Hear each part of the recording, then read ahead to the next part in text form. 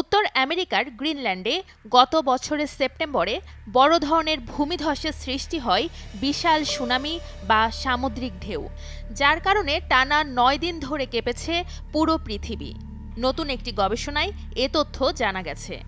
গবেষকরা বলছেন, ওই মাসে গ্রিনল্যান্ডে ১.২ কিলোমিটার উঁচু এক পর্বতচূড়া ধসে পড়ে। এতে সেখানকার খাড়িতে সামুদ্রিক ঢেউ ওঠানামা করে, আর এ ঘটনায় গোটা পৃথিবীর ভূত্বকে সৃষ্টি হয় কম্পন। ইউনিভার্সিটি কলেজ লন্ডনের গবেষণা অনুযায়ী পর্বতের পাদদেশে হিমবাহ পাতলা হয়ে ওই বিরাট ভূমিধসের সৃষ্টি হয়। এর কারণ জলবায়ু পরিবর্তন। গবেষণা প্রতিবেদনের সহ-রচয়িতা স্টিফেন হিক্স বলেন, পূর্ব গ্রিনল্যান্ডের ডিকসন নামের খাড়িতে এ ঘটনা ঘটেছে, যা একেবারে হতবাক করেছে বিজ্ঞানীদের।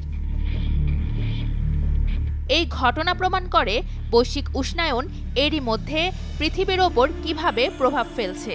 এছাড়া জলবায়ু পরিবর্তনের সঙ্গে সঙ্গে আগে স্থিতিশীল বলে ধারণা করা বিভিন্ন স্থানেও বড় ভূমিধস হতে পারে।